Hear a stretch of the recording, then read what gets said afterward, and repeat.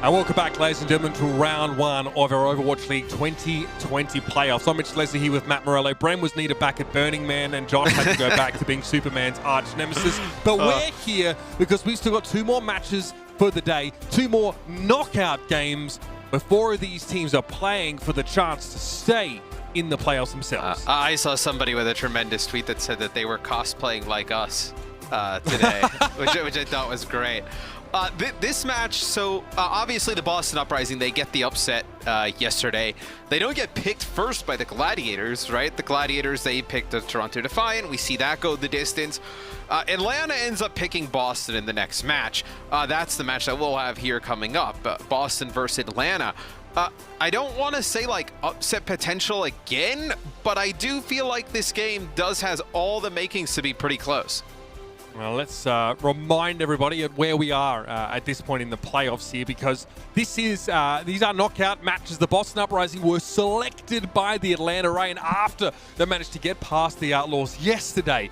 A feat that only just a little more than 5% of fans accurately predicted, and I guarantee you many analysts were also in the dark to the same degree. So the winner here moves on to then be selected by one of our top 4 teams remaining in the NA bracket. So knockout stage, then we get into our double elimination. So these teams aren't home yet. They haven't managed to earn the right, Matt, to have a second chance through that double elimination setup. And so for Boston, all the fans are wondering, is this the time where they come alive again?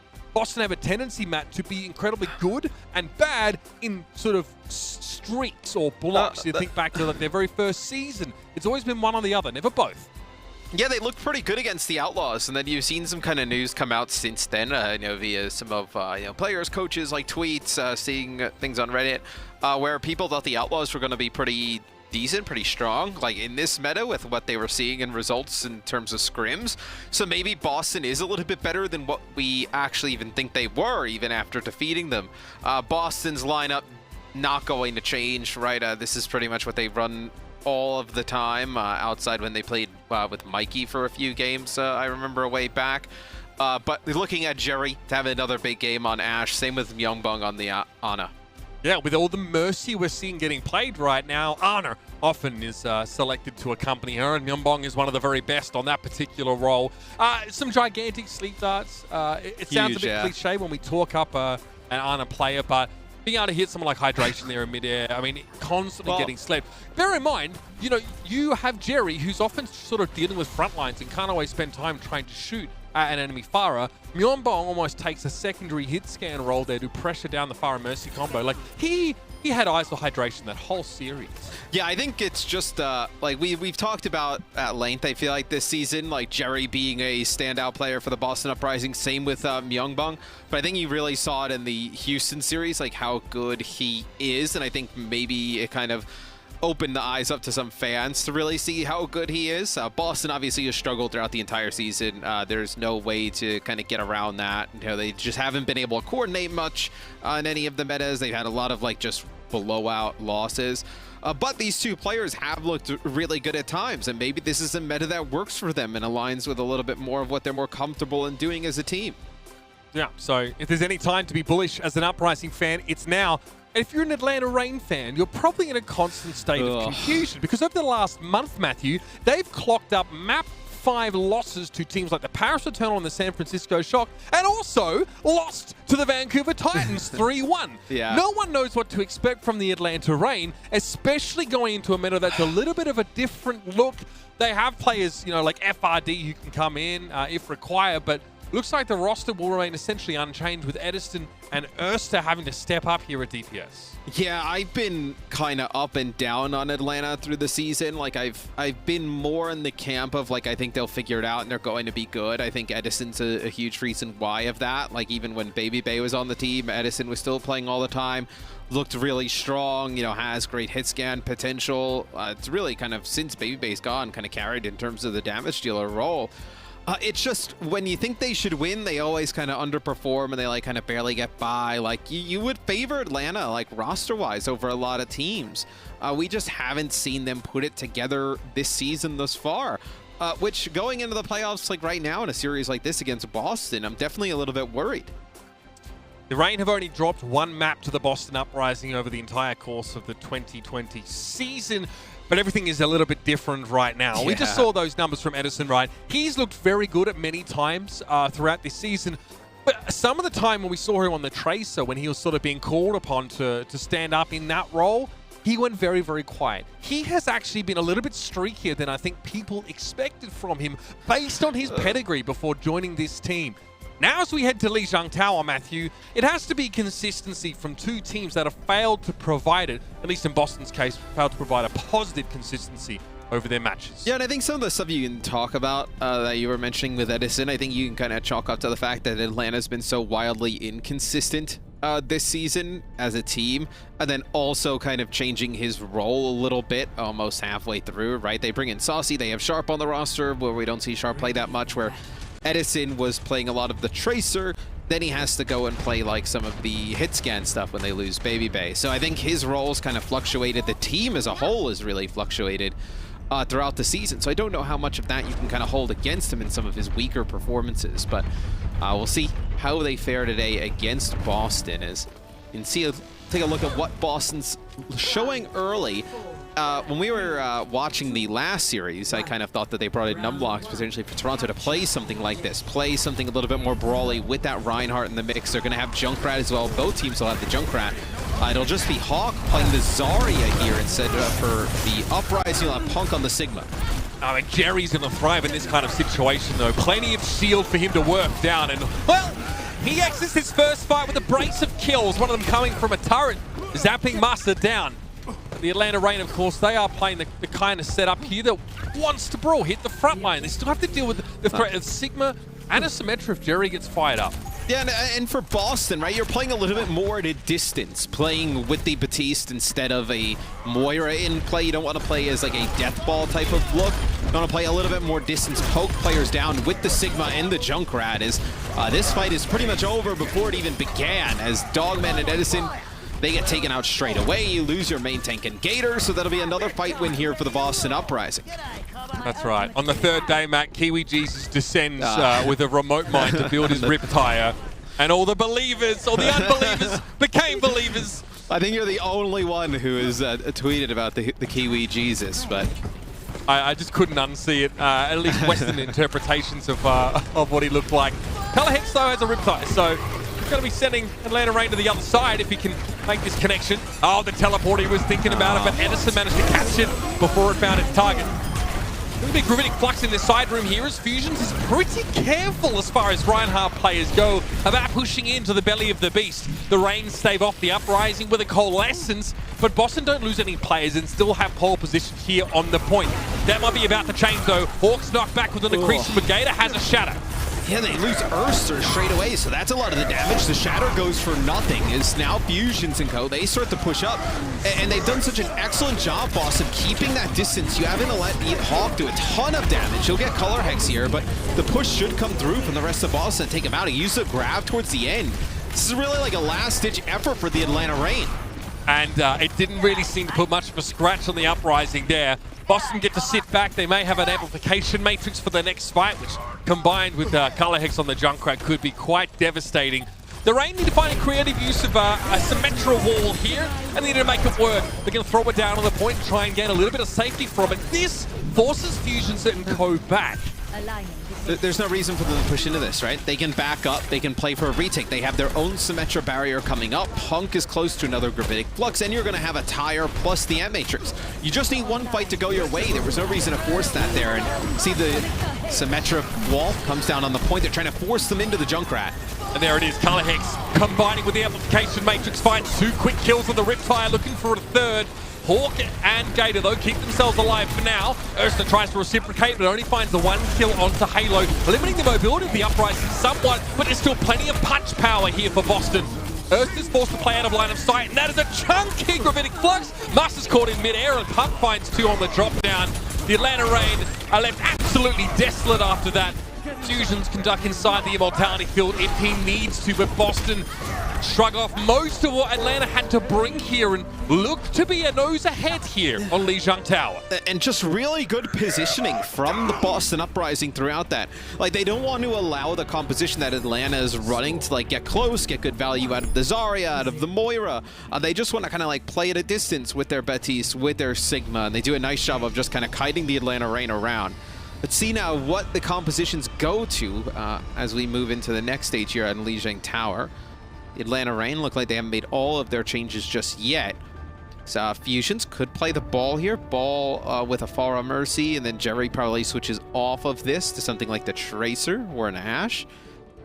Does Atlanta, do they want to run a May here? This is like really like control, like this is a point control. All that composition is. Yeah, it's May Reaper, okay. It's a long fight composition, I guess. The Atlanta Reign want to take. The Uprising, however, it's displacement and it's punishment with rockets like that from Color Hex. I was going to say, you don't have anything to deal with this far outside of Hawk, right? But you get a hack on the Hawk from Jerry, and it's just kind of game over. Jerry just plays forward here. Anyone who tries to step up probably gets hacked pretty promptly. It's going to be too much damage going through that doorway for Atlanta to even contest, so Atlanta's going to have to concede the point here to Boston, because Jerry builds up to halfway to an EMP already. And Color Hex is in a very safe position. It is really hard. Unless Erster tries to come around the corner and hack him, Color Hex is going to be doing this until the cows come home or until the Reign find another way to answer him. Here comes the barrage. Immediate fate had to be used by Dogman to get out of the blast zone. And Hawk responds with micro rockets of his own. I guess it's not about the size of the rocket in the fight. He's able to find that kill. Fusion's brought back into the fray here. Bear in mind, the Uprising is still in control of the point, and that's a big EMP from Jerry. Forces Edison away. He can't Shadow Step or Wraithwalk. He's caught out in the firing line, and he's brought down. Yeah, as they get the res on the Fusions, you get the EMP minefield as well, as Boston will hold on to the point. Coming into the next fight, Atlanta's had to make so many changes here, Mitch, even trying to make this work, right? Erster was on May at the beginning. He switched off after one fight and goes over to Sombra. Now we're going to have Edison move away from Reaper and play McCree. So go McCree here because you get the flashes to potentially like kind of stop Fusions in the back line, or Jerry is. It looked like Fusions for a second was going to get hacked off the side. They're able to take him out before he can even get to the rest of the team. If that hack comes slightly earlier, I don't think Fusions actually gets back on that ledge. He probably drops straight on down. Looks like there was some sort of pile driver interaction that occurred there, at least for a second. Here comes a self-destruct now from Punk. Doesn't find too much, but gets himself a mech reset, and Erster is waiting for someone to step up to walk into this hack. He has an EMP, but with that biotic grenade, he was forced out of position. Again, concussive blast, and also knocked Master off the edge. Color Hex causing so many problems. The Rangers want to brawl, but they lack their Lucio. Now they're all in. They can't get out here. Full commitment, but Myeonbong goes over the edge, and Atlanta brute force a solution. And a few times there was Erster trying to get hacks on the Halo, on the Fusions, and just a second too late on a bunch of them, but Atlanta does end up flipping the point in the end. They do have some ultimates coming into this next fight, right? Shatter, self-destruct, but Jerry with this EMP. EMP with a barrage. No defense matrix to kind of destroy it. Eat it all up. Let's see if Jerry can land a big one. Jerry doesn't go for the EMP, pulls back into Edison, is able to find a Deadeye kill on Color Hex, but the damage was already done. Rockets were already headed straight for Edison and claimed him. Now it's a 5v4 favor in the Uprising. Fusions getting a bit of extra damage into Hawk's Diva. It's a 4-player EMP. Anyone who's seen Westworld knows what happens when it comes to robots and EMPs. It's not good. Punk's going to be desuited now, trying to play around the point. It is still Atlanta in control. They're hit with a biotic grenade, but they're still accruing capture percentage, and the Uprising don't look like they have a way to retake. No, and you're going to have Gator come back here on the Winston just to get back into the fight as fast as possible.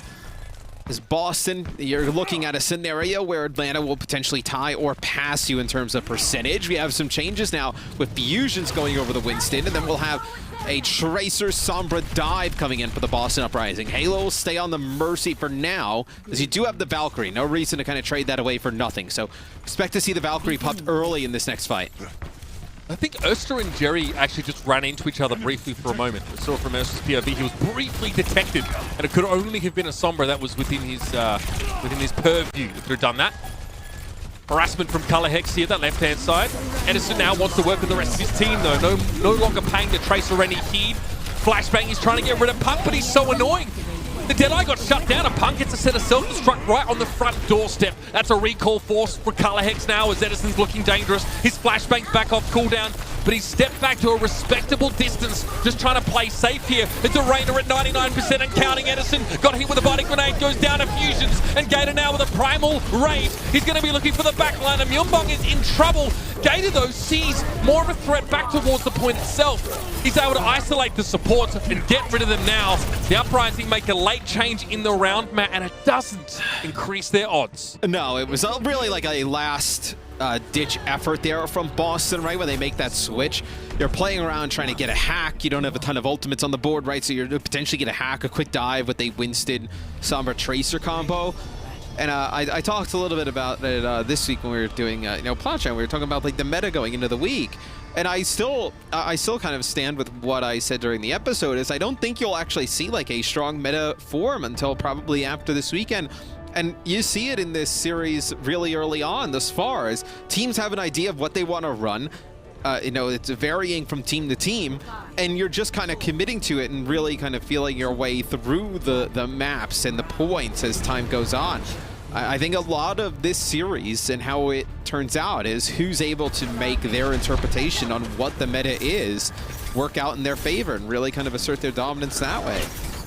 Teams are flirting with the rush composition with Reinhardt and the Lucio. Some, of course, with the Mercy and Ana. Is it Roadhog and Diva or Roadhog and Xayah? So many different setups here. We don't really have a consensus on what is the best. Right now, Urson's going to play fairly safe here on the point, and that looks like a hack attempt on Edison, which was unfruitful. And the point will go to Atlanta as they set up first. They're playing a shield composition. The Uprising are not. Yeah, it's Roadhog, essentially, his body's a shield at this point. That's a speed boost. Yep, they're going to try and run down the Roadhog. Big biotic grenade, though, there from Myeonbong. Connects to, like, 3 players. So now Boston's going to have an advantage going on in. Boston didn't have the mobility to try and backpedal as the rain came towards them, but they were ready to receive that aggression anyway. Hooked straight on towards Hawk, who, by the way, can't do anything to shut that ability down with Defense Matrix. And a comfortable cleanup now for the Uprising. They baited the aggression. And I think Atlanta knew that they needed to be aggressive with what composition they're running. They needed to kind of take it to the Boston Uprising, because if you would have allowed Boston to just kind of occupy that space by the choke, you would have had Color Hex farm up towards an EMP. Jerry is putting down good damage at range with the Dynamites and just Ash, damage in general. Would have been very difficult. There's going to be a huge EMP, connects with 4 players, and the bomb goes on in. Yeah, crucially, Myeonbong going down at the start of that fight. Still the Uprising able to hang on. They've still got a bounce. Mercy and Fusions has his own self-healing. Looking after himself quite comfortably. He is. Ursus forced into an ice block awfully early. He was still at full health there, but was obviously feeling awfully threatened. And now Fusions can turn around with a gigantic whole hog. The Atlanta Rain. Yeah, they get cooked. Well, just think about how Roadhog is played historically and like how you see it now. Like, really kind of Roadhog has always been like an off-tank. Now with the situation with shields and whatnot, and with how damage is, not with what was on the experimental, what was in the patch before, where damage is still at a high level where he can heal himself and give himself a damage reduction, so he can move into those spaces. Be a 4-player biotic grenade there from Myeonbong, but they take him out early again. I don't know how many fights in a row you're going to be able to do this for Boston. You've raised them a few times, but this is like the 3rd fight in a row you've lost the honor early.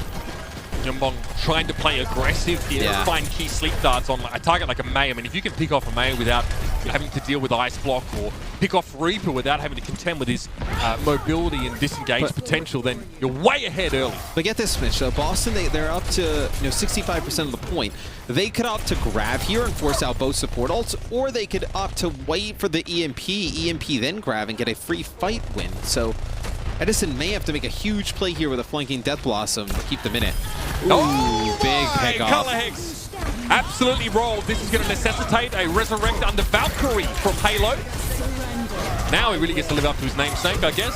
Dennis falls back, then charges up. Xayah's a big problem for him, but he can't hide behind his shield anymore. It had to be a sound barrier from Master. He did well to hold it until after the EMP came in, but will it be enough to keep the rain durable? Oh my! Hawk finds the front line of the Uprising, and now Boston are on the back foot. Ursa wants to push forward a little bit more.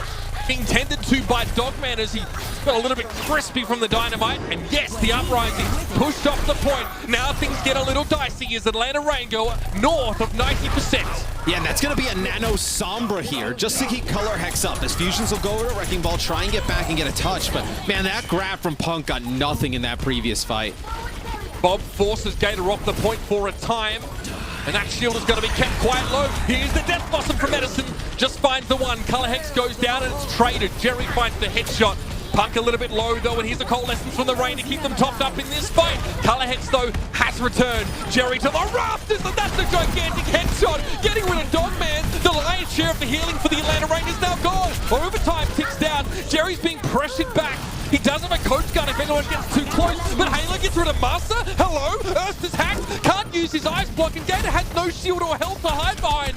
Fusions wants to pressure the point with Jerry from the top rope, throws another dynamite in. A timely blizzard for Ursa. It saves the Reign. Oh my! Finishing the fight with 3 kills is Ursa and the Reign claw themselves on map 1. I mean, they're going to be breathing a sigh of relief after that, Matthew. They barely got through that map as Ursa's Blizzard saves them in the end. If that grab, though, the one that Punk would have, he ended up using it, and he tried to actually get the Atlanta Reign coming into the Boston Uprising and put it up against like that center pillar when you're going in towards the point, and got nothing. And at that moment, you were kind of stuck in no man's land with the tanks, and then that's when you had the 2K with the self-destruct come through from Hawk. If you would have got something with that grab, maybe it's a different ending to this, but the Atlanta Reign, they clutch up at the end. Unbelievable. Jerry and Color Hex combined for 27 kills, the Boston DPS. The Atlanta Reign's DPS has about 15. Obviously, we saw a lot more utility play from them, a lot more emphasis placed on someone like Hawk getting kills, and he got 10 final blows himself. So a clash of very different styles. And there honestly seems to be quite a lot of parity between those two approaches, which is exciting. These teams have a couple of different options to try and get the upper hand on each other. What a map number 1, Matt. This match already feels like it's going to be a great one. Stick around, everybody at home. We've got more Overwatch to come. Boston v Atlanta. It's 0-1.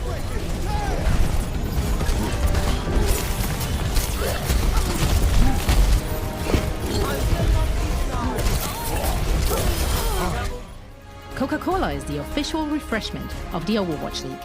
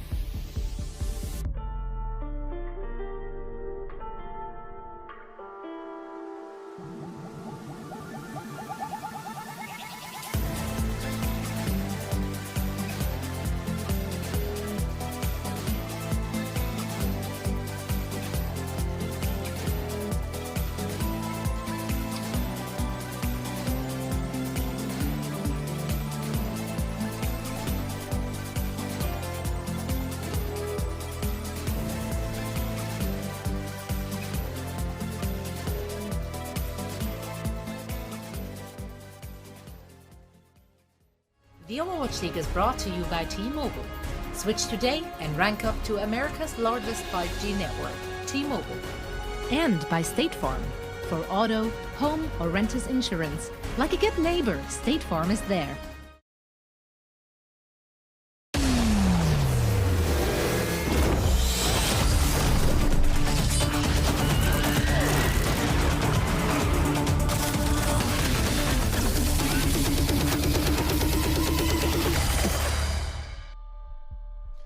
Coming out of the gates with two very different looks. The Atlanta Reign and the Boston Uprising trade a heck of a lot of blows in map number 1, but Lijiang Tower narrowly goes over to the Reign, Matthew. Quite fun to see a couple different compositions played against each other. And the next map was obviously his loser pick here, so King's Row's been chosen by the Uprising. Yeah, which I think it gives them like two different looks, right? You can play some of the Roadhog stuff.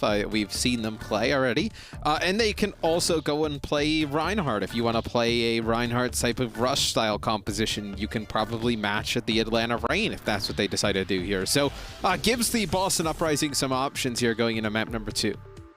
I feel like we watched Punk play Sigma, Zarya, and Diva across that first map. So a ton of stuff from him. Unfortunately, Matt, you called out a win condition late on Lijiang Tower on Night Market where he had to hit a big grab. If there was an EMP grab combination, it would have been big. But Punk whiffs a huge grab and sets Boston way behind at the beginning of that fight. Yeah, it's you could see why. Because Atlanta was using the speed boost and getting really aggressive, and they thought it was going to be a moment with the way that the Diva and the rest of the team was positioned where they were going to try and go in and collapse on them. So it's a preemptive grab where you're thinking they're going to use the speed boost. Obviously, speed boost, stay closer together, come on in. And he kind of wants to get them pinned up against the wall. They just don't end up engaging Atlanta. So they end up getting nothing with that grab. So that ends up hurting them. Anytime you have a grab and you don't get any type of value from it whatsoever in terms of like getting a kill or even getting some type of ultimates out on the other side, you're going to be behind pretty hard. But also in that sequence, you had Hawk getting both tanks with the self-destruct. So it really hurt Boston's chances of winning the map. Yeah, I mean, Punk probably feeling bit of shame from that one, maybe wants to hide his face for a moment, but it's not really an option here with the camera stuck in your face. If you want to hide your face, though, don't forget that the official OWL face coverings for all teams were announced this week. So if anyone wants to rep their squad while you stay safe and healthy, of course, now you can. Head over to the Overwatch League shop to pre-order yours today. And hey, if you look like me and you want to cover your face at all times, that's also an option for you. They're comfy, they look very chic. If people probably start buying you the masks and sending them to you, so they don't have to see your face. They can just... I mean, I think there's something in my contract that I had to be on camera. Look, I'm okay with being on camera less and less. That is not a problem. I don't require that. I'm saying you could physically be there, right? But just kind of, cover your face. Yeah, then you won't tell if I'm smiling or crying when you make fun of me like that, Matt. I would never do that. Well, the Uprising now, they're smarting from that one. That stings, that first map. Yeah. They're going to bring back on King's Row. It'll be a saltier run back for them, but we'll see if Fusions is going to go for some more Roadhog action again. That looked it's not too bad on Night Market. Well, typically you'd be like, oh man, maybe like a map 1 like that is crushing for a team and they can't kind of push past it. But this is a Boston team that there was no expectations for them, right? So like I think you can take a loss like that and be like, hey, we're still close. Like we're giving Atlanta a really tough game. Like they probably even feel like they gave that map 1 away in some aspects. So I think Boston probably feels pretty good here going into their defensive side on King's Row. They'll start things off with the Roadhog and Zarya combination for the tank line, and then Tracer Ashe in terms of damage dealers. So this is, I feel like, is going to be a pretty popular combination as time goes on. It makes them a little susceptible to enemy hit scan. That's why Jerry is going to be constantly getting pocketed and looking for opportunities to lay long-range opponents low. The Reign, a completely different style, right? They really want to brawl. They want to get into the face of the Uprising here. Whether it's Master's speed boost or Edison just going to shadow step to the high ground. They want to cover distance. They want to do it without taking poke damage, Matthew. Kind of like they just took with the Dynamite. They use a Maywall here to get everybody over the gap and try and go high ground. So what you want to do with this cover through the Atlanta Reign, you want to trying to figure a target. Maybe it's the Roadhog. To kind of get a wall behind him, push in, and then try and freeze him and take him out. Obviously, when he's frozen, can't heal himself. The no damage reduction. You see him wall there to split the team up. They haven't used a Zarya bubble on Fusions to try and keep him up. It's not good enough. It's bizarre, isn't it? Focus the most durable target with the most healing first. But the Atlanta Reign just take what's close to hand as the rest of the Uprising are across the map elsewhere. And Boston are in utter disarray right now. Not only were they moved off at the point, but now they're being herded onto the enemy team side of the map. And Halo has his wings laser clipped off. So it is quite odd, like what you say, is to attack the target with the most HP on the other team. But Roadhog is also the target who can, heal himself, make himself almost invincible in the point, like keep it stalling forever at times, it feels like. And then also has the ability to just one-shot combo players. Grab them in, bring them into a horrible position, everybody on the team just starts to burn them down. So getting the Hog out of the equation first makes sense for Atlanta in this type of situation, running this kind of comp. Fusions looks like going on a little bit of a flank here on the high ground. Maybe like a Bob to knock up and then a push on in from Tracer and Fusions from the high ground. One way of looking at it is that Fusions has like 30% of his team's overall HP, right? So getting rid of that target, making it unhealable, i.e. dead, is a pretty big blow. Okay, Coldspot lobbed in over the top there by Color Hex, but was able to find the headshot on Massa regardless. And again, Fusions is the first casualty for the Boston Uprising. Bob gets employed, but the Reign give him a respectful berth, and now they snap back in defensive position with Gator's shield up. How do you burst Edison here? You don't. He's going to be able to Wraith walk away. They're trying to just get back to the car a little bit. They're going to use the grab here. They get the Mercy in it. Is Atlanta still wants to fight this, although not on the payload, making progress. They kind of take a detour to the right-hand side. They get rid of the Mercy, but Jerry? Oh, he's nano boosted. Jerry with the headshots. Nano boosted Dynamite. You hear how fast that's ticking. May have saved the day there for Boston. In fairness, it ticks faster because there's the tick rate for these guys is slightly different, but it's very satisfying nonetheless. Yeah. We'll see now Boston. Look at all the ultimates that they have, right? Coming into the next fight. That was one where Atlanta invested in. They used the Coalescence early, and then they ended up using their grab. They thought they were going to be able to win it once they got Halo out, but now you come back if you're Boston on defense. You have your own grab, you have a grab post bomb combo, you have Bob, you have Valkyrie. You're in a good spot to get at least 2 defensive stands. Punk also comes into this next fight moderately well charged. I mean, one sort of cleverly deployed shield, and he's up to about 80% and be happy with that. But he gets Graviton here, or he goes for the Graviton, sorry, as he was at risk of getting caught there. Timely Coalescence delivered by Dogman, but the sleep dart from Myeonbong was a little bit too late, and he was out of position. Hawk realizes the enemy Ana pushes up, so he finds the kill. Bob gets rid of Gated though, and now the Atlanta Reign don't have much staying power, let alone shielding. Dogman is also kept away from the rest of his team. That Maywall will allow them to rendezvous, but Edison might play the corner here, and the Death Blossom is an opportunity as he tries to run this Zarya down. Yeah, as Punk's going to have to get back inside of the line of sight of Myeongbong, trying to get some healing as Siege. Just Edison putting so much damage into Fusions. There's nothing they can really do. Halo can't get around the corner. He has to stay with some of these players who've been pushed so far back. Nakat now is going to reach the checkpoint. Atlanta Reign pushed quite deep to create the space to get 2 ticks. And now they're on the home stretch. And they come in here with the Graviton Surge pretty close to being locked and loaded. Fusions probably holds this whole hog until there's a nano boost here from Myeonbong. I'm not really sure if Jerry's going to be, again, the preferable target, or if that was just the best that the Uprising had in that previous fight. I think it was the best they had. You do want to take a fight a little bit earlier here if you're Boston, though. You want to get this grab out before it is just kind of game-ending, offensive side-ending. They don't have a shield, though, so they can't just step up and stop this march of the Atlanta Reign. They actually are playing out of line of sight. Their main tank, I use air quotes, main tank Fusion's can't really play in the open here, and Hawk, some nice little acrobatics. He's trying to get rid of Color Hex, or maybe even try and force some sort of recall. Bob, it's a face full of Kamehameha right now. He's the Graviton Surge with the Pulse Bomb. Because of line of sight, it was only Master that went down to that. Could have been much nastier from Color Hex, but it still looks like it's enough to seal the deal and put Boston back in control. Yeah, it's actually really nice use there. They use the Bob, and it kind of puts them in a weird position where they use the Coalescence, they try and freeze Bob, they take him out, but because they're all lumped around the shield and trying to defend themselves from Bob, they're in a great position to get a grab, a big one off, and Punk this time lands the Graviton Surge. Coming into the next fight, They'll have both support ults here for the Boston Uprising. See how they decide to use them. This grab is going to come through from Hawk. Maybe grab Death Blossom, or even just a grab with the Reinhardt swing is the answer. You see how far they're spread out, though, is they kept Bob in the sky. That is huge. Bob, not only does he not get any knock-up, but he's kept there in midair, and he doesn't actually start firing until the grab lets him go. Still, though, whole hog sometimes is just enough to win fights in and of itself, but Fusions finds the hook on Edison just to compound the problem for Atlanta.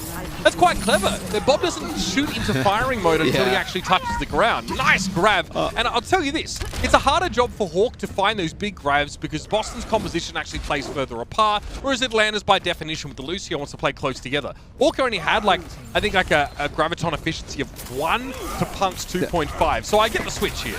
Yeah, and I'll also say that I think Color Hex is putting a lot of pressure on the backline, the supports. That's why you see the McCree and the D.Va switch here for the Atlanta Reign towards the end. Also challenging Jerry up on the high ground, extremely important. He's just been farming these Bobs. Yeah, and that's what Hawk wants to do. Pressure Jerry off of the high ground. Doesn't have oh my! Fusions! Hooks in Edison just as it looked like the gunslinger would have his day. And now we just take a breather and drop back to the point. Fusions gets hit with a charge there. Gator well positioned to go for a big shadow. There's no shields in the way, but couldn't find any purchase nonetheless. Color Hex trying to stay alive. Halo wasn't so lucky. Falls foul of a melee attack from Masa. And now it's Punk in full stall mode. Desuited now with 45 seconds on the clock, and that's what the Atlanta Reign are going to finish the round with in the bank. Yeah, and Halo is in Valkyrie and actually goes for a res onto Punk, but it looks like it either gets canceled or he moves a little bit too far out of range from when he's in the sky, and they don't get the res on the Zarya there. That's when Punk switches on the D.Va and comes out towards the end, but they did have a res. Maybe Halo felt that there was nobody going to make it to the point to contest, so he just kind of flew over to the other side and kind of healed Fusions that way, but he wasn't in the process of rezzing. Doesn't get it off though, which that could have been huge. Still, pretty decent defense there from the Boston Uprising. The map is completed for the Atlanta Reign, but only 45 seconds in the time bank. So Boston bouncing back quite nicely on their defensive side after losing map number 1. Dogman there has an unbelievable amount of healing over the course of yeah. So he has 70. He has 13,600 healing, whereas Halo and Myeonbong together have about 8,000. Both of them. All of Boston Uprising. That was huge, that boop there from Masa. So that's the play that I was talking about, where I said Halo was going for that res on the Punk. Didn't get a chance to see Masa get in there and get that boop off, but a big play from Masa. Something you won't see in the kill feed, right? Something that doesn't even kind of show up in any type of statistical form in the game there. But breaking up that res is huge. You would have had Zarya back in the mix. You had the bubbles there for Fusions. But Masa going huge on the point. Sound Barrier 2 kills and that breakup really pushes Atlanta over the top. Masa can do that when he's got, someone like he's got a Moira on his team that's doing an ungodly amount of healing. He can go and play aggressive like that. The Atlanta Reign now know probably what to expect from the Boston Uprising. They have a good idea of this, and I mean, the more that they can get the Boston Uprising out in the open, or at least find a way to encircle them, the better this composition is going to go. You see there on the overhead map where Myeonbong and Color Hex are playing, they're trying to bait the aggression in, but they're not going to get aggressive. Now they lose their Lucio at the start, so no speed here to engage. They have to use a Maywall to try and block the line of sight here from Jerry up in the high ground. I mean, the Reign had to play close together, and Jerry wants to use that exact fact against them. Master at least will be able to return to the point fairly quickly, and the Uprising are really just starting the capture process in earnest now. I mean, Jerry, what a position to be in! And he rains fire and brimstone on the Atlanta Reign from above! That is so wrong! Jerry already up to 80% of his ultimate, and the Boston Uprising will slide coolly onto the point. They don't track where Jerry is at all, which is so odd, because they use a Maywall up on the high ground to block his line of sight, and then they just go in and nobody turns to look towards the high ground. They just barrel on in. I get you do need the defense matrix to go in to kind of defend against the Roadhog, but still, you allow Jerry to just get so much damage there with the Dynamite, then the kill on Namasa again. So now we have a change for the Boston Uprising. They'll actually match this. Well, no, actually. So you have the D.Va on the side of the Atlanta Reign. Now you have Ryan Zarya here in this Streets phase. This is where Ryan Zarya really excels. And this is where Fusions wants to be. We know that well. Oh my! Oh, Color Hex! The he tried Storm to bait, delivers a baby. It's explosive one. And it's just going to fall here to the bomb. The Uprising have a lot of their offensive prowess on display here as those key ultimates are used. The bomb has been removed. Edison attempts a foray to the high ground and was almost punished for it with his life. Yeah, he doesn't get out of it. It's a little bit uncomfortable here for him. And the Reign are struggling a little bit now with Boston's ability matches to keep Atlanta at arm's length. Yes, now Boston has kind of turned the tide, right? Having the Ryan Zarya here in the mix, you can play so much more brawly than you could have played even with Roadhog. You can just put down so much damage on like the Mei and the Reaper with the Reinhardt. It becomes way more of like an offensive threat that has a lot of now healing resources attached to it, and also the bubbles gives some more energy over to Punk. This also creates even some more space for Jerry, who's really popped off this map. Let's put this into perspective right now. Boston Uprising, 2-19 Boston Uprising with a -47 map differential are looking the stronger team right now. Atlanta Reign look like they're out at sea. They got no idea what to do. They spend ultimates like crazy in that fight and get completely rolled. They go for a Blizzard and a Shatter. They don't get the support ultimates online when they need them, but still, power abilities get thrown out the window when the Uprising keep marching on. Atlanta needs to change. They need to probably match like the Zarya here and then add some type of hit scan. Maybe go like McCree, maybe an Ashe of your own. I don't know if you're going to be able to get it done with this type of composition because you're putting so much pressure on Hawk to go to the high ground, but then just so much consistent damage here from the tanks now of the Boston. Bob charges on in there. Dogman didn't get a sound barrier, but he was able to use the Coalescence. Unfortunately, so Atlanta split. used both of their support ultimates, so this has to work. Otherwise, the Uprising... Whoa! Myunbong, the Sandman. Why are they even down there? Oh, man. I mean, it's a great sleep dart, but I mean, Myunbong ain't really helping them that much from down in the sewers. I mean, he got forced back, right? He's playing from back, and Edison actually just tries to pressure him by looks like it teleported into the back line to chase him down. The Reign actually, I mean, it's kind of crazy that they get some catharsis from that fight. It's just as well because they spent sound barrier and coalescence right at the beginning. So the fact that they're able to hold Boston off is a good sign, but still 3 minutes 40 on the clock for the attackers. Yeah, I like this from Boston. They have Halo go Lucio here, so now you can kind of match them in terms of aggression. To get Edison low, have to back him up. Death Blossom plus Blizzard here. And Coalescence going to be a tough fight to win, though, for Boston. They're going to farm this Nano Boost, too, here. That's what Boston's trying to play for. They're going to farm the Nano Boost with this Grav coming up from Punk. Atlanta have another Coalescence as well already. Dogman's going to let that one go pretty much straight away. They saved the Blizzard here by the looks. Jerry gets taken down with an environmental kill. Master continuing to deliver those. A little awkward now for Boston. They use key ultimates, and now they're gone. Yeah, they ended up grabbing and using the Nano Boost there, even after losing 2 players. Maybe they thought Atlanta would be a little bit over-aggressive, but that'll be a shatter that comes out from Gator. Connects with nothing. Color Hex now will go over to Mei, so almost have a mirror in terms of composition outside of the supports in the off-tank. Atlanta have to back up because Hawk was so low. Now Gator is taking all the damage in his stead. Not a good sign. Okay, yeah, Ursa just goes for a Blizzard as some attempt at disengaging or slowing the Uprising down.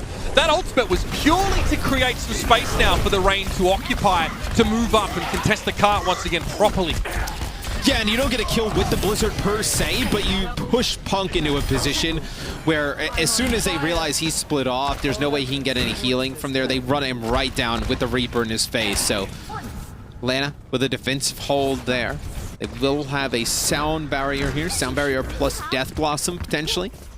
Could be the last big power spike for Boston on the attack in terms of it might be, yeah. It might be. They have to be careful with how they play this, right? 1 minute and 52 seems like it's a decent amount of time, but it can disappear rather quickly. And it does, Matt. If history has told us anything, it does. Fusions again. Now without Jerry, Master again. Doing Jerry absolutely dirty. Maybe he was trying to TP. That's another 30 seconds shaved on off. He had to have been trying to like TP to the high ground maybe and gotten booped off. Yeah, this is probably what happened. I mean, you have so much notice and you time the boop just as the that enemy Reaper is about to phase in. guarantee a connection. Okay, so here's a nano boost into Fusions. Wall gets thrown up. Fusions doesn't opt to charge anyone into it now. Here's the coalescence from Dogman. This keeps the rain topped up really well. Fusions now has lost the nano boost, but still has a shatter. His shield is low, very low. Edison gets to the back line and goes for a death blossom. He gets rid of Myeonbong. A lot of healing missing, but that's a gigantic shatter from Fusions. Still, the Atlanta Rain are able to get a sound barrier. Master steps up to the plate, but Jerry doubles down with the death blossom, and Gator has to desperately try and charge. He doesn't hit that enemy. Reaper, and now it's just the May buying a little bit of time. Erster on the point, staying alive, will have a Blizzard, but he needs to be in a good position to get use out of this, Matt. Last push for Boston, they fall behind now in time bank. Yeah, they should be able to get a good use out of the Blizzard, though, when Erster comes out of the spawn. Color Hex for the Blizzard of his own. You probably want to use this a little bit earlier, though, knowing that the other team has self-destruct. They have Blizzard in play. Or self-destructs there just to try and get a new mech. Probably here's the Blizzard. This is going to force the rain away, but Erster gets one of his own. It's a little bit earlier, but there's the touch. Gator gets to the card. It's just Halo that gets shattered, and he's able to pick himself back up. Punk, though, not so lucky. Too low, and there wasn't enough healing available with his Lucio out of action, and the coalescence from Dogman. It's just unbelievable healing output from him over the course of this map. A big factor in the rain being able to hold the Uprising off again, and already the Uprising is staring down the barrel of a match point, and Punk can barely believe they threw away such a lead on Kings Row. We knew coming in this was not going to be, the regular season Boston Uprising. He was just going to kind of roll over and let Atlanta just steamroll through to an easy 3-0. These first two maps have been extremely close. Like, this could have gone either way. Like, we could be sitting here in halftime easily with like a 2-0 Boston lead, but Atlanta in the clutch. They always seem to have the Ultimates. Dogman playing great on the Moira. Right there at the end, though, it's Gator with a shatter, actually, towards the end, and then Erster's Blizzard that really turned the tides. I mean, the guy has 30k healing over the course of that map. The next closest player is Halo with 10k. It is reminds you of some other healing numbers from a different meta, right? Well, yes, actually, in a way, and that's what Moira does provide, but you can see how important it was to have such big healing throughput for Atlanta, who wanted to play a composition that benefits so much from Moira's close together healing capacity. And there you have it. Map number 2's already down. I'd love to hear from our experts as we head to the break on this one, because the Uprising looked so good in their last match, but they're about to fall out of their season. Stick around, ladies and gentlemen, more from this match to come, but first, we take a game break.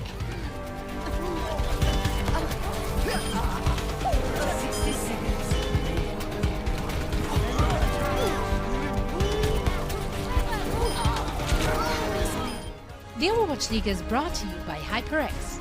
Unleash your style, unleash your fury with HyperX Fury Memory. And by Coca-Cola, the official refreshment of the Overwatch League.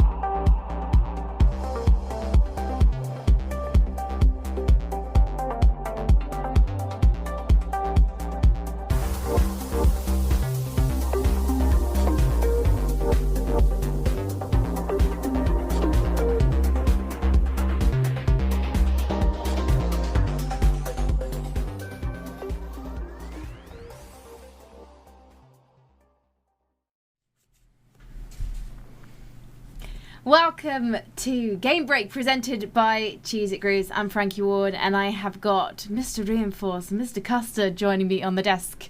And, I'm hearing something in my ears. And I apologise that I got slightly distracted. Instead, I'm not going to get distracted. I'm going to talk about Boston. I'm hearing things too, Frankie. Because, yes, I'm always hearing voices in my head, so I'm glad that I'm not the only one. I think it's the turtleneck power. So I want to talk to you about the first map, of course, Lijiang Tower, Johnny, because Boston, they had what seemed like a strong start, and then Rain just grouped up and steamrolled them.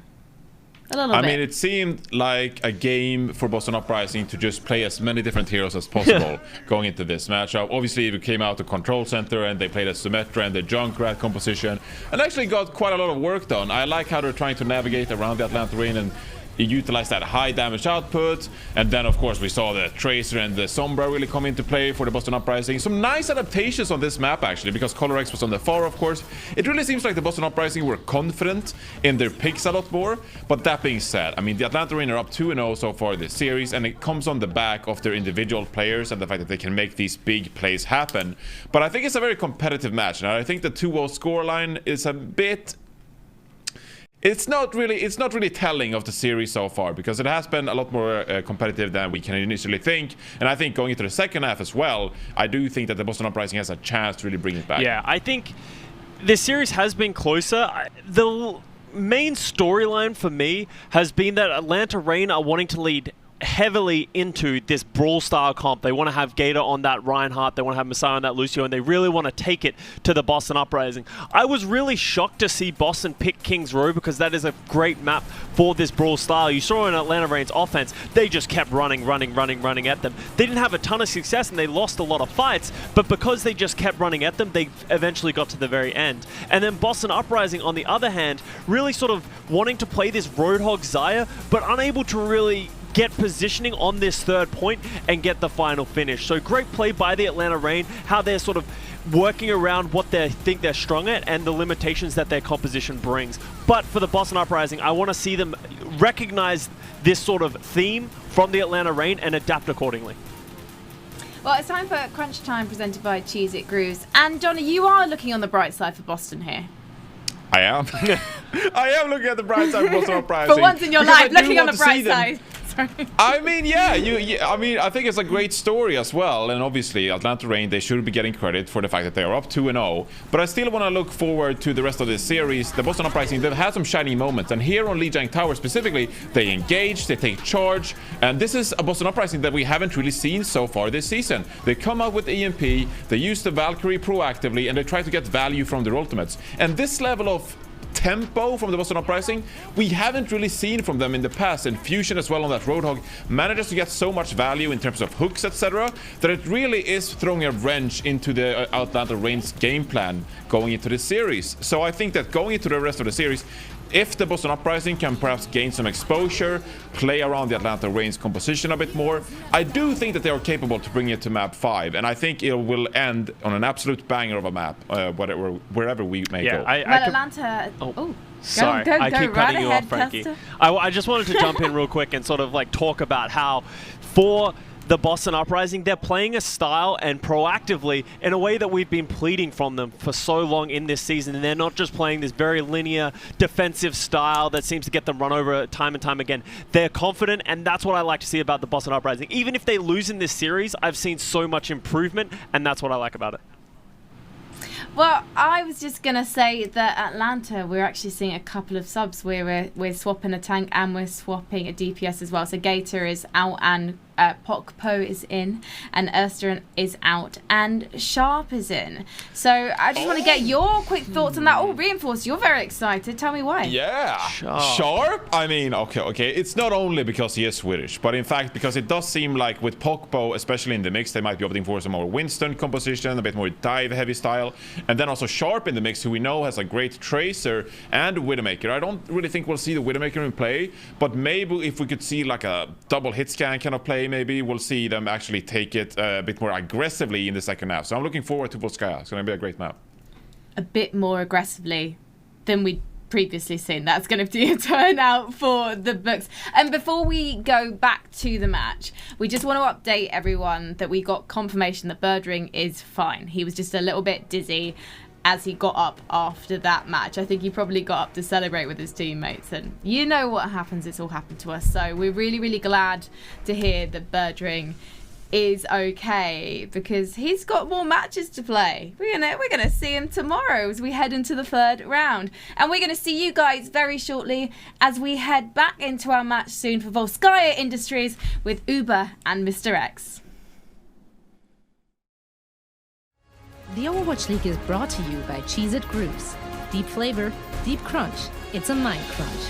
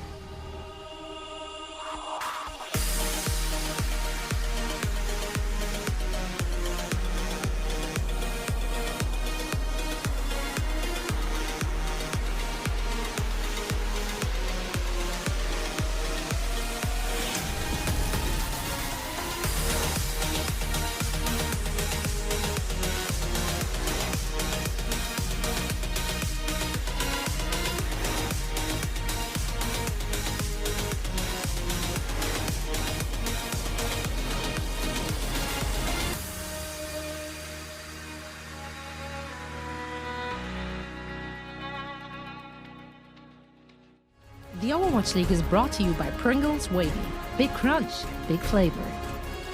And by TeamSpeak, the official voice supplier of the Overwatch League.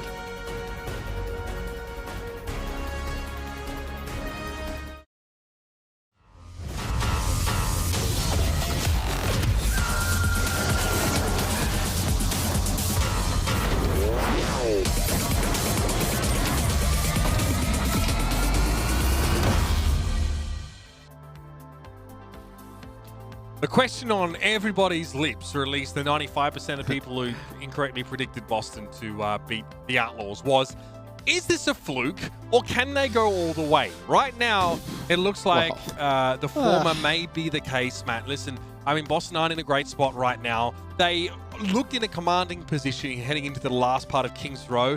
It feels like they threw it away. They were ground down to nerdy dust by the Atlanta Reign there. And they got a lot of value out of that Reinhardt Reaper setup with the Mei. I would say, I don't know if everyone was asking after they won Literally if they could go everyone. if they could go all of the way. 8 million people. All of the way is would have been very ambitious to think after they win one game against the Outlaws. All the way. All gas, no brakes. Yeah, all the way, all man. the way to the third round. I don't know. Like, yeah, sure, maybe people were asking that. I don't know if anyone was kind of asking that they were going to go all the way to the end of the entire thing. Everyone. I think there is a point to be made that this series we thought would be close. It is close. We do have some subs coming in, like the desk kind of alluded to. Sharp will come in here for Erster, and you'll also have Popo come in here for Gator. This is interesting because Sharp is typically like a hit scan player, like Tracer, Widowmaker, Ashe. That's really though what we've been seeing Edison play. So maybe they are kind of commit to like something like whether it's a double hit scan type of look for an extended period Tracer of time. Sombra, I reckon. Tracer with Edison on the Sombra. Yeah. I mean, Shark could play both, but you're right. We've seen that the Atlanta Reign be able to show off that nice dive defense on assault maps. Volskaya is actually a really good map to show that off again. That was something I really liked from the Atlanta Reign going back a little bit. So I have high expectations for this setup. Popo really hasn't been getting a lot of play, until recently, of course. Double Shield kept him out of the fold. But Sharp hasn't played since, May the 3rd, I want to say. So he's definitely been warming up for quite some time. He's been, Johnny's been kind of asking for Sharp for a while. And I think even after Baby Bay departs the team, a lot of the talk is potentially like who's going to fill that hit scan role. You could have thought it would have been Sharp, right? Sharp, from what we've heard, has had some really good performances, kind of like how Nevix had like in scrims, but we just haven't seen it in games. We'll see it now, though. Yeah, here's obviously your fastest map, leaderboard presented by Xfinity, and you can see here that the Atlanta Reign were on the receiving end of one of these fastest times from the from the Titans on Volskaya Industries. So that was definitely a situation where they hadn't really solidified on that dive defense setup and got kind of rolled. So we'll see if that's the case. Ironically enough, the Titans are on the receiving end of the one in third place, so that's just the way things go sometimes. And of course, it's a result from the APAC region in first with the 5 minute and 18 time bank. So we aren't expecting, given how close this series is today, to see any records set in this. You never regard. know. We're going to see some damn good Overwatch, though. 8 billion people wanted to know if Boston could go all the way. This is where we find out. Then the number keeps growing. Give or take. Give or take. There has to be some uncertainty. Yeah. Look, Boston, I think, is a great round one story. I don't know how much longer that story goes on for, but they've definitely kind of beaten expectations, I feel like, for the playoffs here. One thing to note as well, the last time Boston won 2 games back-to-back was Stage 2, Week 1 of last season, where they beat Atlanta and then Toronto. So this is something that they haven't done in way longer than like a year almost. Win back-to-back, especially in back-to-back days, right? Be a huge performance here from the Uprising if they're able to complete a reverse sweep on top of it to get the back-to-back. A lot going against Boston, but they've had a lot going against them the whole season, so maybe there's some kind of fight bounce back still left. Look, the Atlanta Reign, coming into this weekend, have a 28.6% win rate on Volskaya Industries. That's 2 wins and 5 losses. So this meta, a little though, bit of a tough one. This meta is kind of throwing everything for a loop. I agree, but their composition right now doesn't look too far away from what we've seen from them in the past. True, right? Dive defense but Boston's composition looks very different than what you would see it being played against in the past. Very true. I mean, Sharp's on the Ashe here, not the Tracer, so that's an interesting look. No Sombra. Sharp can probably play some Sombra as well, so maybe this is like to have Edison just in-stock Tracer and take the he's fight. sleeping though, Matt. He's just got out onto the stage and he's fallen asleep.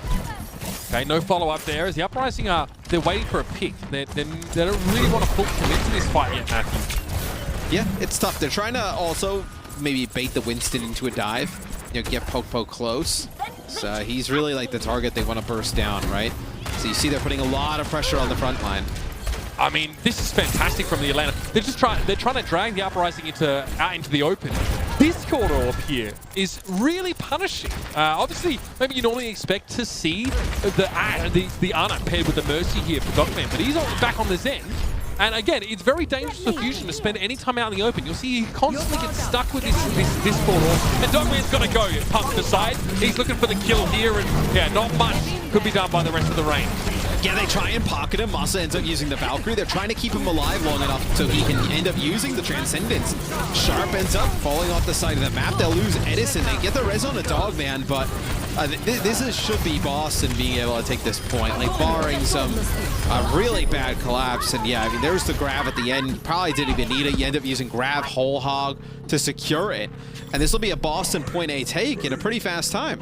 I mean, Punk did such a good job there, just charging shields and staying out of line of sight. And you can see how desperately Hawk, by the way, was trying to keep Dogman alive, but it's a charged Zarya trying to kill your Zenyatta. You can't really do anything about it as D.Va. You're less in terms of healing output if you're the Atlanta Reign with Zen and Mercy compared to the Mercy and the Ana.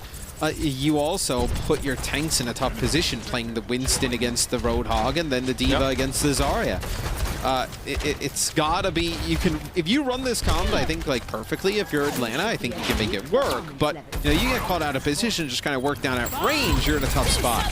Neither team's front line can afford to stand out in the open for too long is kind of the takeaway here. Hawk, yeah, he's gonna back away. Edison, the pulse bomb here, and couple of targets really. If you can find Myeonbong with it, it'd be great, but Jerry picks off Dogman a long range again. The Zenyatta going down early is not a good sign for the Atlanta Reign. They have to use a resurrect on him as Masa now goes for the Valkyrie. Oh, Jeffrey! Edison with his pass, he was like a blur, and his head just gets lopped off.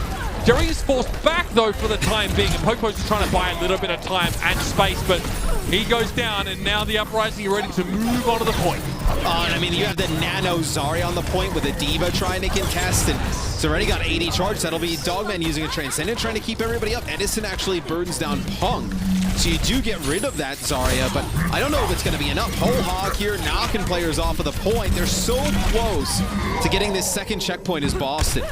Fusion's getting the double there is huge, and there it is, 3 minutes and 35. Remain on the time bank for the Boston Uprising, and honestly, it looked pretty elementary for them across this map. They get rid of the Zenyatta, their Roadhog then can play more aggressively, and then you follow up and capture the point. And we've seen Atlanta on offense here, and I believe we've casted them when they bring in Popo. Sometimes they actually play Wrecking Ball here on offense, and they send the Wrecking Ball all the way like through the choke point on the right-hand side and go on a little bit of a flank and kind of converge on players. So maybe we see something along those lines from the Atlanta Reign, but really good attack from the Boston Uprising. They win point A and would really kind of amounts to 2 fights. And then right here at the end, let's see. See ya.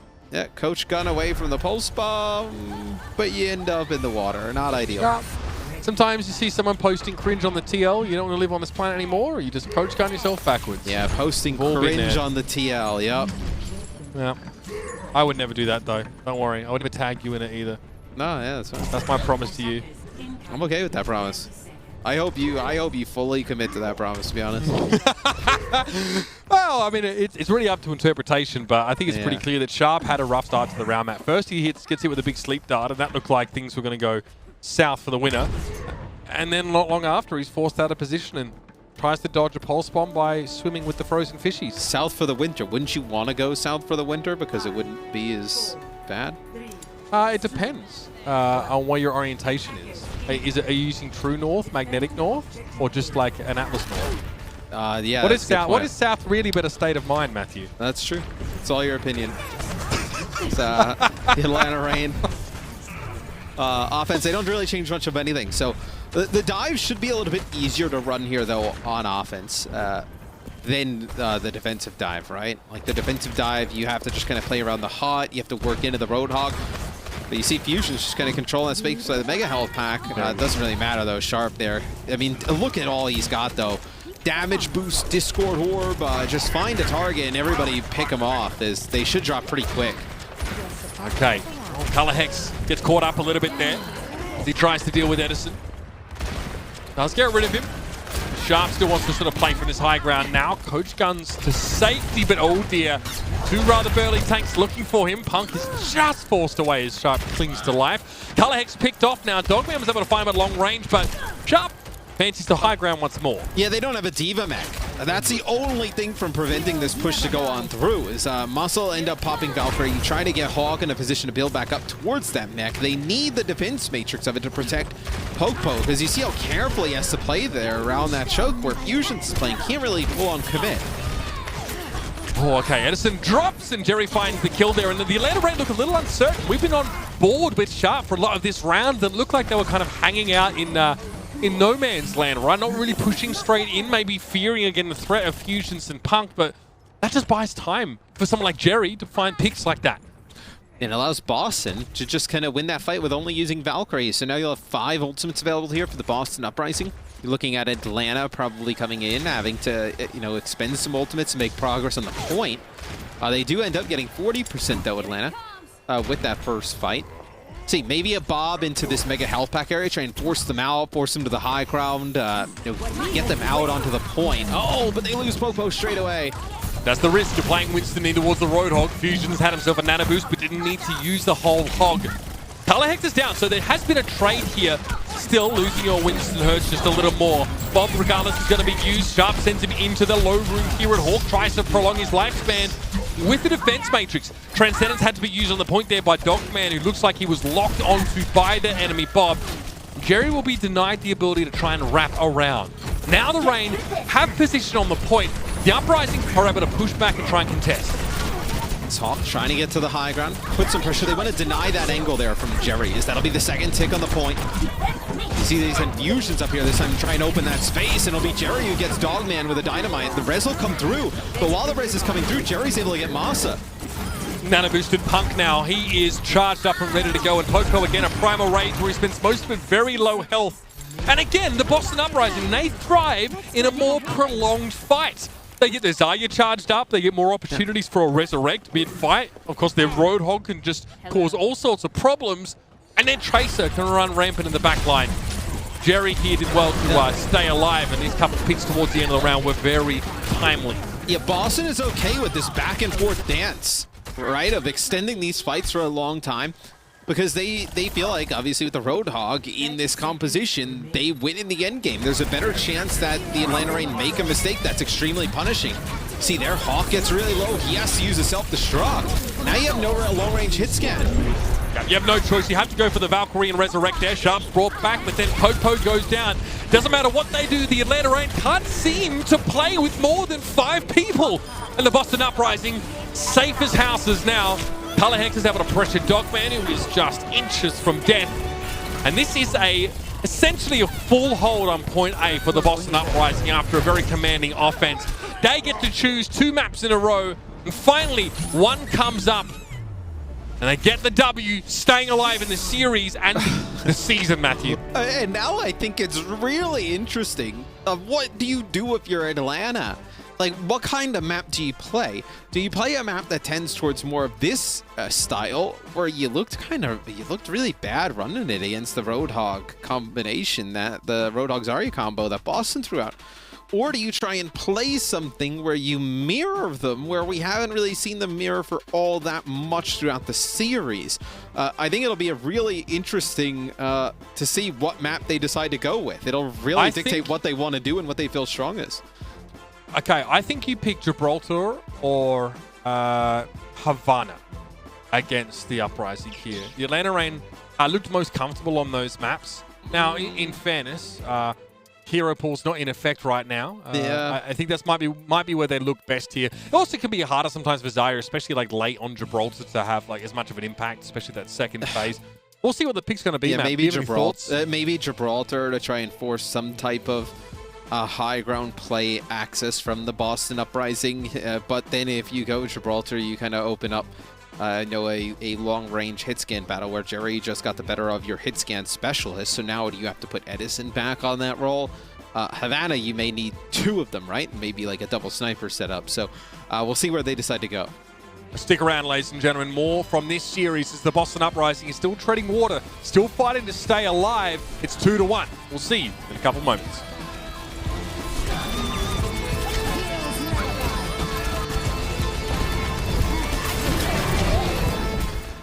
League is brought to you by T-Mobile.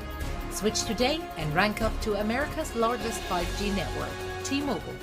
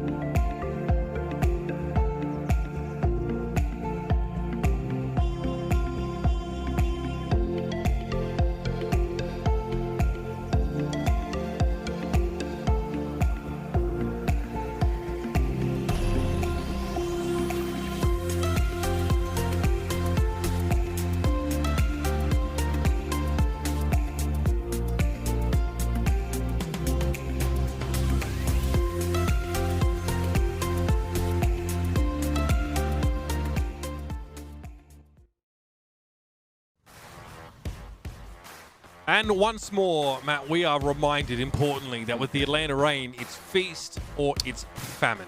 First couple maps look very good for them, and they were non-existent. Asleep at the wheel. Lights are on, nobody's home in map number 3. I mean, the first two maps are good for them, but they're not commanding wins for Atlanta. This is still a very scary scenario for the Atlanta Reign. Boston absolutely dominates on Volskaya Industries. Coming up next, they actually decide to go with Havana. So maybe this is a situation where they can play some Sombra. Maybe they decide to bust out like a double sniper setup. Maybe like Ash Widow, maybe a Hanzo. You have Erster and Gator come back in for the Atlanta Reign. So those will be our subs coming in for the next map. Now, for the Boston Uprising, bear in mind that they, obviously, their results over the course of the season don't really make their stats look good, but they haven't won Havana once this season. There's definitely been a pain point for them, but the composition and the meta is more important than the map right now. We know that Atlanta looked good on Havana. They appreciated playing that one, but it's not the same anymore. You don't get to play the double shield, or the Widowmaker is definitely less of a go-to pick now. The backlines have changed. You can play the Rush Reinhardt style, though, which might be something that Atlanta go back to, Matt, because we actually have Gator obviously come back in for Poke Post. So you think less Winston, more Ryan? I still think you can play sniper compositions here. I still think you can see like Widow. Like if you're gonna play, a hit scan, a long range with a Mercy in the mix, like you can definitely play some Widowmaker here. So would not be surprised to see either team play Widow as we go into Havana. It'll be the Atlanta Reign, from what it looks like, starting out on offense first. So Boston, I think if this is a map that you're weaker on, you just get a full hold on Volskaya, start off on defense yet again, kind of set the tempo, right, for where you need to get to in terms of that box of victory. We see the legs here. The legs locked for Color Hex? I mean, this is not... Double shield legs Widow, 76 Widow, yeah, and... So this is really interesting. So this is a composition that's got tons of like long range like poke damage. So this is where Atlanta, right, where you were like, hey, they're gonna bring in this brawly style, which it looks like they might. This is going to be a very long range pokey style composition for the Boston Uprising. Color Hex is he is telegraphing his pick here to the Reign. with that comment in chat. He is not scared. No, the first thing Gator said was get out of our backline. As far as I understand, when you're playing Reinhardt with Lucio, their backline is your front line. Yes. So I don't know how that's supposed to work. Erster is, he's dead. He actually got shot, in the head by Jerry.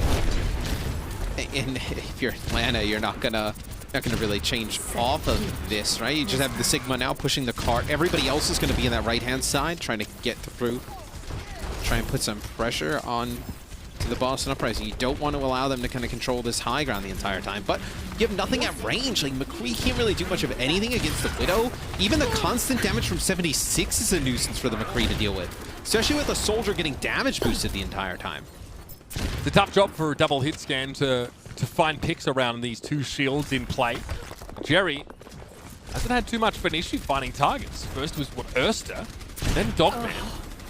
Now the Atlanta Reign playing this high ground, trying to maybe give them a career better advantage, but Jerry is relentless here as these shots keep ringing out in sight. So Jerry knows, he knows. Dogman's sat on the cart. Dogman needs to keep his head down now as Jerry, a couple of unsuccessful shots. Color Hex finds a Helix rocket kill on Erster and Atlanta.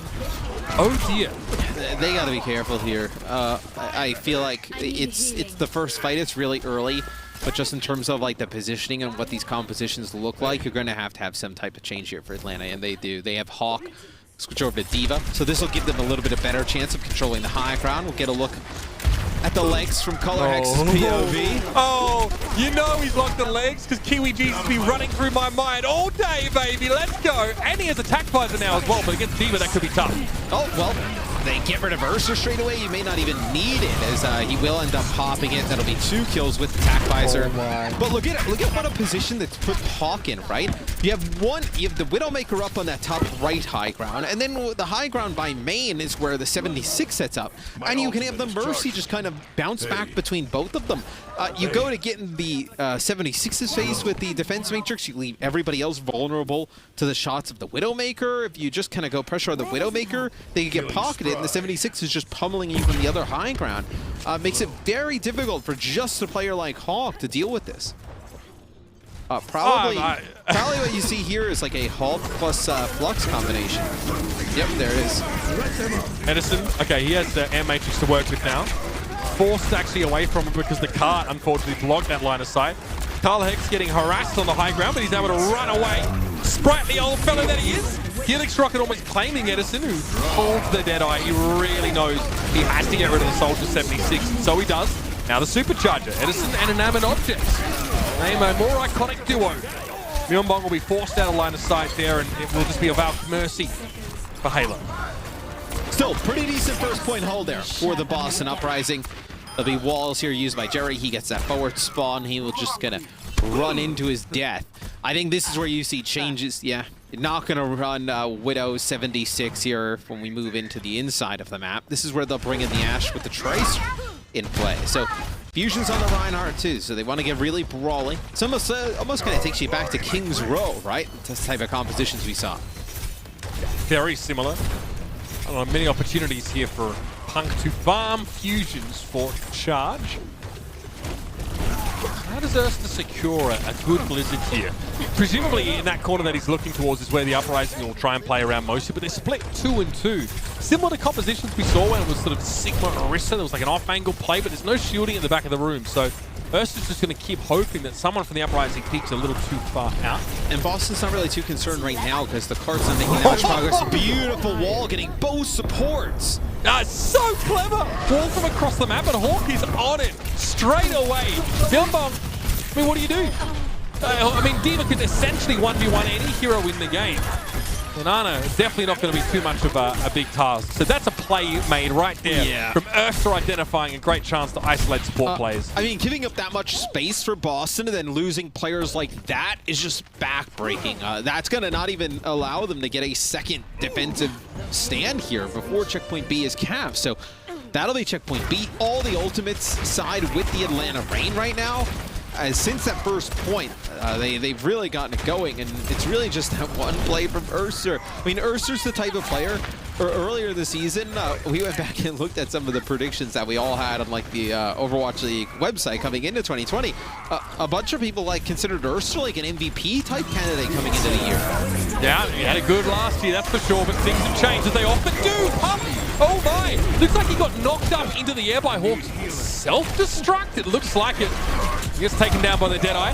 Gator wants to push forward now, but he's a little too low.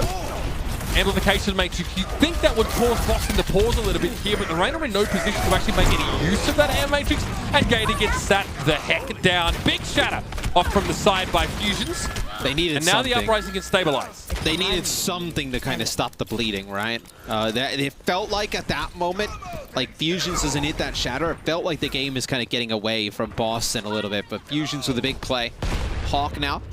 Switch over to Zarya. You'll have Dogman come in on the Moira. So even more of a brawly style here coming out from the Atlanta Reign. This will help them close the gap even further, right? Maywall here from Ursa trying to split Fusions off. Yeah, Blizzard as well, hoping to catch more people with that Maywall. It was traded out though. Jerry's able to find Edison from that safe vantage point. The Atlanta Reign are a bit confused. Yes, they are able to move the cart, but then not really ahead in this fight. And they're looking to try and make some use of this high ground now. If they can catch Jerry before he gets behind a shield, then they're golden. And yep, Gator's willing to spend a shadow to make sure. Well, they knew that they were playing a little bit out of position, trying to keep Jerry alive, so they were able to get the shatter off. Oh, ice block there from Ursa, just saving himself as Dogman doesn't have the fade, so he'll go the hands of Color Hex, which may actually be big coming back. I mean, you're going to have a Bob, they'll have a sound barrier to ward it off. I mean, that is not easy to do, to kill a Moira with Pulse bomb, yeah. with a pulse bomb, because of how, you know, Fade can just render you immune to that kind of stuff, which is why Color Hex probably typed CA in the chat. A bit of an unfortunate there that they lose Dogman, but he comes back with a coalescence here. Keeps a respectful distance. He's aware of all the power the Uprising have on that high ground, but Edison switches to the Widow. Of course, having the advantage against the Ashe at longer ranges helps a lot. And Fusions his shadow to no avail. No one is inside the Gravitic Flux there. Pump misses a golden opportunity to slow the Rain down. And now the Uprising getting thrown in the wood chipper, Matthew. 53 seconds on the clock for the Rain. It just seems like Atlanta got so much confidence after getting through from A to B with just really one fight. Beautiful Maywall from Ursa, splits up both supports. And Boston was never able to recover there. And also because they have to switch their composition so heavily going into the second stage of the map, they never really build up another chance to have a ton of ultimates to go into a fight and really kind of take it handily. So Atlanta, they get the map complete. So we've been seeing it, you know, kind of the narrative on Havana was it was very difficult to complete the map. We've been seeing it more and more. It's more of a normal occurrence now, where they complete the map. They have 53 seconds in the bank. So Boston, season on the line here. Their offense on Havana. Like you mentioned, this has not been a map that has treated them nicely in the past. This is one they've had a rough go on a lot of times. That being said, they've forced the Atlanta Reign to try a couple of different looks here. First, they get success with the Soldier 76. They have to switch off of that into the second phase, and that's when they get boomed out of it, but with a fantastic Maywall from Ursa. Then the Widow switch at the end, I think caught Jerry by surprise. Again, allows the Atlanta Reign to swoop in, snatch up the round. Edison with the Symmetra, so, I mean... They're going to play close. Yeah, is this like a spawn camp setup with the May? Yeah, absolutely. Right? Yeah. They don't want to kind of play into a long-range hit scan. Jerry, it seems like Boston has an idea of what's going to happen here. Yeah, you can see through the windows at the top there, so they definitely saw the Rain push out with about 5 seconds left. To the fire for Color Hex, no one can really touch him. One of Color Hex's best heroes, undeniably. Yes. He'll have a barrage in about, I don't know, 2 seconds. The Dogman was going to probably build up the Coalescence rather quick if he wasn't taken out within 2 seconds as well. So they lose a lot of their healing. Yeah, I mean, that is actually probably worst case scenario there, right? Losing the Moira early on. It's really difficult to just live long enough through the spawners. Halo goes down here, so a little bit of time bought by the Rain, but again, they are just throwing themselves at the card here. This is not a fight that they're trying to win at this point. The more clock they can burn, the better. Jerry gets himself on the legs now as Color Hex takes to the skies, and man, don't miss. As they end up building some ultimates, you probably have them switch off 76, go Ashe here, maybe. Yep. So even with the visor, you'll give it up. You know, you have a nano visor, really, first fight, you give it up. As Edison playing a corner here. Just gonna maybe trying to bait somebody in. Is Color Hex down here? Oh, you're wanted! You didn't have to flashbang, but he did anyway. No. Dogman steals the kill. I guess that's the way it goes. Edison almost just gets ruined by a body grenade. The timing would have been nasty. Color Hex is hiding for his barrage, and Edison just hiding even better. That is what we call the Somin Su. Yeah, because didn't fan the hammer. That is true, actually. Didn't fan the hammer. My bad. Fan the hammer. He did roll and flash, to be fair, but that's just for creeping. Alright, Punk gets nano boost. There's a wall. Enjoy that. Defense Matrix is going to eat up a little bit of this damage now. Fusion's on the Orisa. I mean, I've seen it all now. Okay, so nothing from that nano boost from Jerry. Super low. Caught. Gets clipped, in fact, by a fire strike. Split End's getting Sims, so that's enough to send him back to spawn.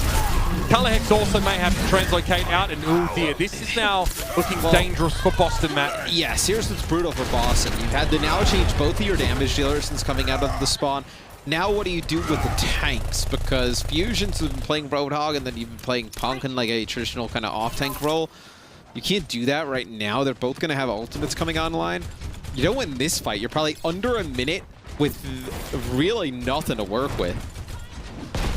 Really bad spot here for Boston to be in.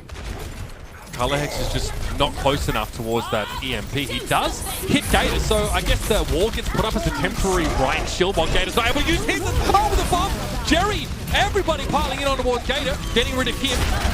And now Jerry's able to find Urs to force that ice block out. Can Edison stem the bleed? No! Jerry cuts him down as well. Hold there is going to make it easier to catch Master. He'll still slip away somehow. Coach gun by Jerry there just to open up some distance, and he wants to get some value out of this nano boost now. Gonna make the rain nice and toasty here in a D-suit on Hawk. Shatter came in from Gator, but only hit Pump. Can they get rid of the Roadhog before he takes a breather? No is the answer. There's that EMP the Boston were waiting on. It catches two. Gator has no shield. Ursa has no ice block, and both fall. As this will be the Boston Rising, you know, winning this fight barely. I mean, Jerry's got to pop off to the point where he gets a second Bob here towards the end. And I mean, Atlanta may even actually have an opportunity to just get on and touch here. Self-destruct, Coalescence could knock him off the point, so this may not be entirely done, as Jerry does have the Bob to play on the cart. Oh, Fade was forced by Dogman there really early. This could be dangerous. Self-destruct, nothing found with that one. Gator's already gone down. Bob again is on the job. Jerry playing from the high ground, being pocketed like heck, and pretty hard to shut him down. Edison was able to find him, and attempted resurrect from Halo pays off, and the Uprising are far from done, Matthew. They want to stay in these playoffs, and they stay alive on Havana. Yeah, they got to give themselves, they have to have a good second stage, though, because Atlanta, what they know right now is they have that 53 seconds in the time bank. They just need a dwindle clock here. They don't even really need to win the game here, per se. They just need to, like, force an OT, get the clock low, take fights early, because they know they have that time bank in their back pocket. They know it's very difficult to make that stretch down to the final stage of the map. So make this costly, make them waste a lot of time here. It's exactly what they're doing early. This is exactly what you wanted to see if you were an Atlanta Reign fan. But Myeonbong, man! Myeonbong gets two, and both of them came off with a fast biotic grenade.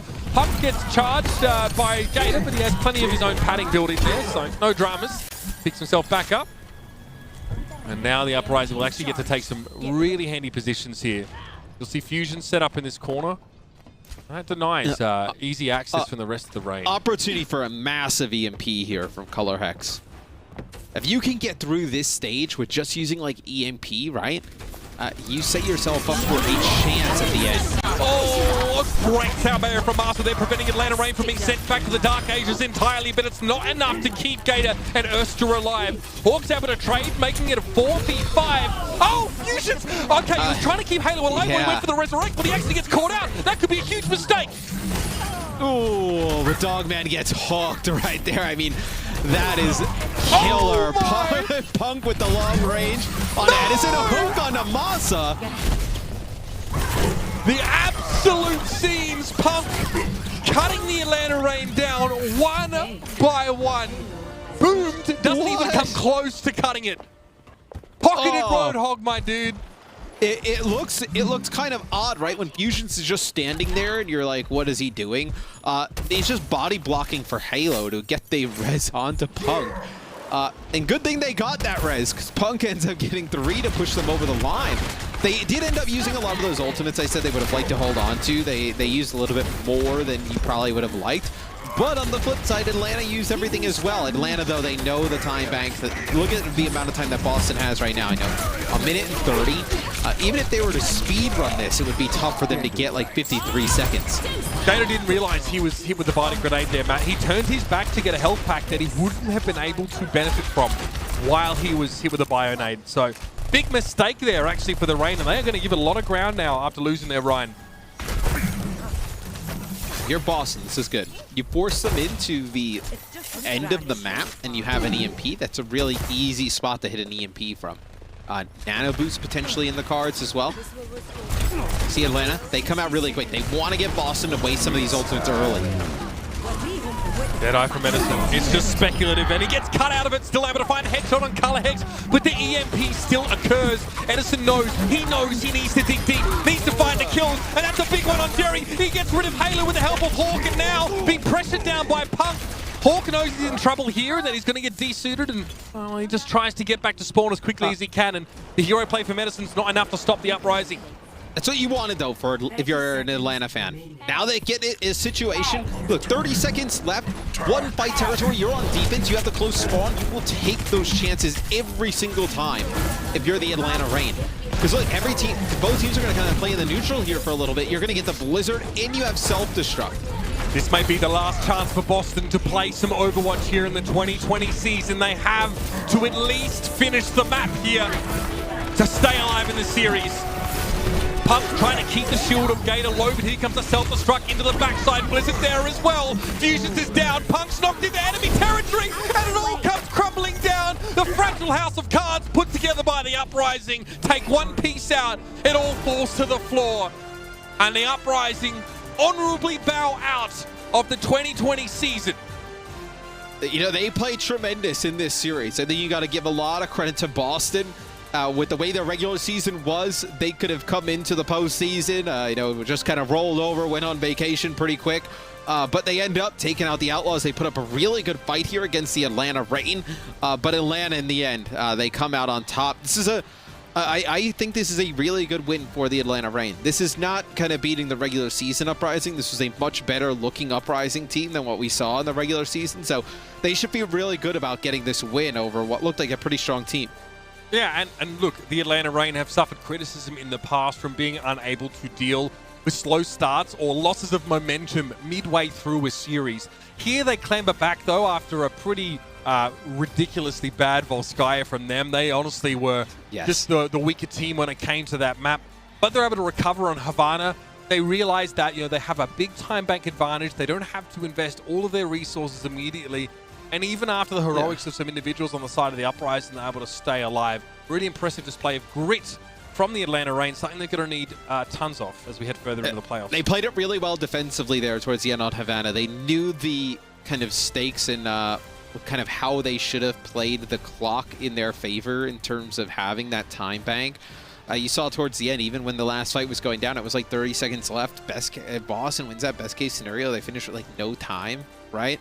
So if you're an Atlanta fan, the Atlanta coaching staff, that's exactly what you want to see. You want to see them play the clock to their advantage. They did a really nice job there on Havana. Now, look, we were especially impressed with the support line of the Atlanta Reign over the course of the series. And tough decision, but our player of the match presented by Xfinity today will be going to Dogman. I know it's a meme. He played a bit of Moira across this series, but him playing so effectively and efficiently on Moira is what enables the play of this Lucio Reinhardt-based composition, right? Dogman did an ungodly amount of healing, and that's what lets the rest of his team brawl and play aggressively here. It lets Atlanta play the game they want to play. Yeah, lots of damage output from the Boston Uprising, playing like a Roadhog Zarya combination where Atlanta looked their best was playing that Reinhardt and playing that aggressive playstyle, and what enables that, it's really the Moira. So Dogman had tremendous numbers today. He did a good job staying alive for the most part. Didn't really see him like die early in fights. The Coalescences came out at a really good time. So I think Dogman played himself a really well-rounded good game today. Yeah, he's got a lot to be happy with now as you know, we get a couple of different looks from the Atlanta Reign, knowing that this team, I mean, could have any sort of selection of very tough opponents coming up in this bracket. They, of course, got to choose their opponent today, but they themselves will be chosen as an opponent as we head into the next round, which, of course, is always a nerve-wracking experience for a team like these guys. But, I mean, we got to see, look, they bring in 2 different tanks. Yeah. We get to see some DPS shuffle. So some depth, really good to have for the Atlanta Reign so early on in this meta developing. Yeah, and you also, by getting this win for Atlanta, you get yourself into the double elimination portion of the bracket, which is huge. Yeah, you get yourself a second chance. And yeah. Even if you lose that first match, you can still stay alive. So congratulations to the Atlanta Reign and commiserations to the Boston Uprising. It's been an absolute pleasure to be able to cover their games over the course of this season. I can't wait to see what they do next. We're going to have to wait a little while for that, though, because coming up next, it's going to be the Washington Justice take on the Dallas Fuel. Now, you might be wondering, why so hype about this match? First of all, it's playoff time, and it is an elimination match. Also, potentially some bad blood and a score to be settled. So stick around. That's our last match of the day coming up after these messages.